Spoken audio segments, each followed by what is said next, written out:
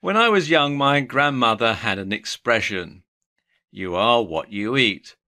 And being just a small child, I took this literally and used to think that if I ate too many nuts, I'd become a nut job or something like that.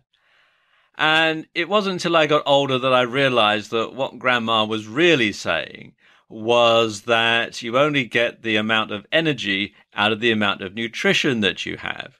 Now, of course, in modern life, there is another way of expressing this, and that is garbage in and garbage out. So if you just eat a lot of junk food, then you're not going to have a lot of energy. Now, what do I mean by junk food? Well, for the purposes of this video, I'm going to define junk food like this. Basically, junk food includes things like processed foods. And these are foods that are high in corn syrup and high in processed sugar. They also have a lot of simple carbohydrates. And so for things like that, I mean things like potatoes, potato-based products, particularly fries or chips, and white bread. That has a lot of simple carbohydrates in it. So white bread and products that include the same type of flour as you have in white bread. So things like bagels or pretzels or that sort of thing. Now, these give you a quick fix, but they'll deplete your long-term energy reserve. So eating something that's high in sugar will give you a quick fix, a quick boost of energy, but over the long term, it's going to deplete your energy reserves. And the reason for that is that your body has to use up energy to metabolize these foods. So even though immediately you might get, a quick sugar rush, over time, your body then has to take away energy from other functions to actually digest all this food and to get all the goodness and the nutrition out of it. And there isn't a great deal of goodness or nutrition in it. Eating foods out of season also causes problems. And, this is a big problem because we tend to eat the same type of foods all year round. And generally, the way that, as I was saying in the first video, our Stone Age ancestors lived, they ate the foods that were in season because they didn't have any way of preserving them.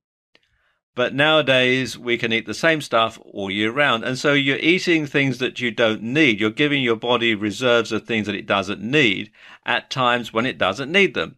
So, for example, you don't need to eat fatty foods in the summer. And what happens then is, of course, because you don't actually need it, your body will store the fat, and that leads to obesity. And obesity can be very tiring because your heart has to work harder to pump the blood around your enlarged body. And of course, we don't really need a lot of fatty foods anyway, not in modern Western life, because years ago, people needed lots of fat to burn off the calories to keep warm in the winter. Well, of course, in our modern heated homes, our modern heated offices, and traveling in our modern heated cars or trains or buses, and wearing our heavy winter clothing, we stay warm all year round. So we don't really need a lot of fat. So you don't really need to eat fatty foods really at any time, but you certainly don't need to eat fatty foods in the summer. So what are the best foods that you can eat?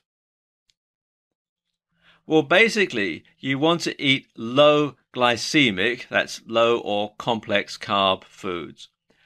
And this includes things like fructose, which is fruit sugar, beans, you can eat kidney beans, or you can eat lentils, soybeans, that sort of thing. You can eat small seeds. I'm talking things like sunflower seeds, flax, pumpkin seeds, etc.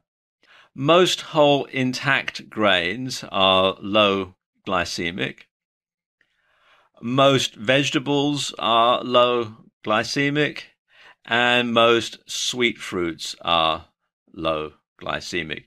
And if you're living in the UK or some other countries, you'll be familiar with campaigns that say that you must eat your 5 a day, your 5 portions of fruit or vegetables a day, because that is enough to give you the energy that you need.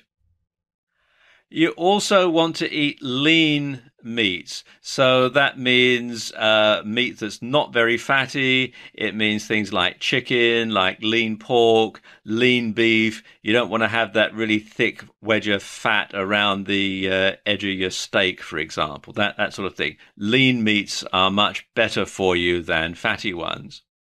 And you want to have more protein and fewer carbohydrates. For example, have an egg for your breakfast rather than a bagel, because the protein that you'll find in the egg is going to be much better for you than the carbohydrates in the bagel. You also want to make sure that you get enough vitamins or vitamins, depending on how you care to pronounce it. And when it comes to vitamins, you want to make sure you get enough vitamin B, particularly vitamin B12. And you also want to make sure that you get enough vitamin C, which you can generally get from citrus fruits. You also want to eat more soluble fiber. Now, soluble fiber slows the rate at which your body absorbs sugar. And in so doing, it evens out energy levels so that you're not going to get this sort of sugar spikes that you find when you eat a lot of junk food that's high in sugar. Eating more soluble fiber will actually slow that rate down so it evens it out. You also want to eat plenty of berries. Berries contain lots of antioxidants which can help boost your energy. And you also want to eat plenty of yogurt or yogurt, depending on how you care to pronounce it again. And you want to get some that has live cultures, because these live cultures will keep your digestive system clean, and it helps your body absorb all the nutrients from food. And in so doing, of course, it makes sure that you have plenty of energy because your body can process that food more effectively. And you also want to eat in tune with your body's natural rhythm. So you want to eat a hearty breakfast because that's going to boost your already high energy levels. You want to eat a light lunch because you don't want your body to have to use its energy to digest a really heavy lunch, because, as we saw in the last video, your energy levels are going to start to trail off quite rapidly after lunchtime anyway. And you want to eat a nutritious dinner that's going to enable your body to process all the nutrients while you sleep overnight. And it's fine to have a snack from time to time, but you want to make sure that it's a healthy snack. So I'm talking things like nuts, fruits, grains, chocolate in moderation. Chocolate has lots of things in it. There's caffeine and all sorts of other good stuff in chocolate, but you don't want to have too much of it because caffeine can not be very beneficial for your energy levels. I'll talk a bit more about that in the next video. Of course, obviously, if you have an allergy to things like nuts or to chocolate, then you want to skip those.